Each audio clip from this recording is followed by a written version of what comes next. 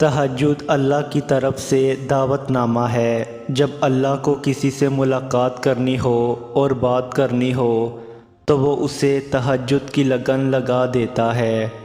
جب یہ سارا جہاں خاموش ہوتا ہے پھر رات کی تاریکی کے اس عالم میں خدا اپنے بندے سے ہم کلام ہوتا ہے، اور تب یوں محسوس ہوتا ہے جیسے شاہ رخ کی حدوں کو توڑتے ہوئے وہ رب ہم میں سما گیا ہے، اور لہو میں عجیب سی محبت کی کیفیت دوڑنے لگتی ہے۔ پھر میرا رب فرماتا ہے، مانگ مجھ سے میرے بندے، تو نے جو مانگا ہے میں نے دیا، مگر تب اللہ کے سوا کسی کی طلب میں نہیں رہتی، اور پھر طلب اللہ کی ہو اور وہ نہ ملے، ایسا تو ممکن ہی نہیں۔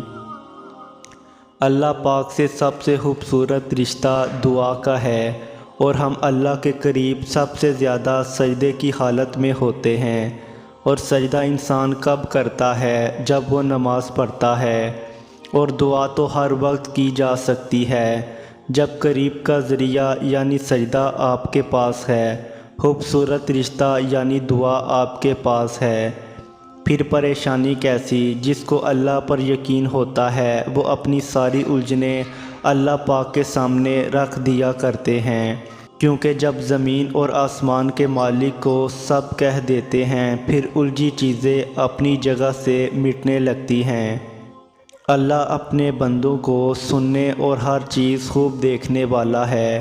جب سب کچھ جان کر بھی اپنے بندوں سے سننا چاہتا ہے، اور ہم کیوں سناتے ہیں؟ اپنے سکون کے لیے ہی تو اسے سب کہتے ہیں، کیونکہ اسے سب کہہ دینے سے دل ہلکا ہو جایا کرتا ہے۔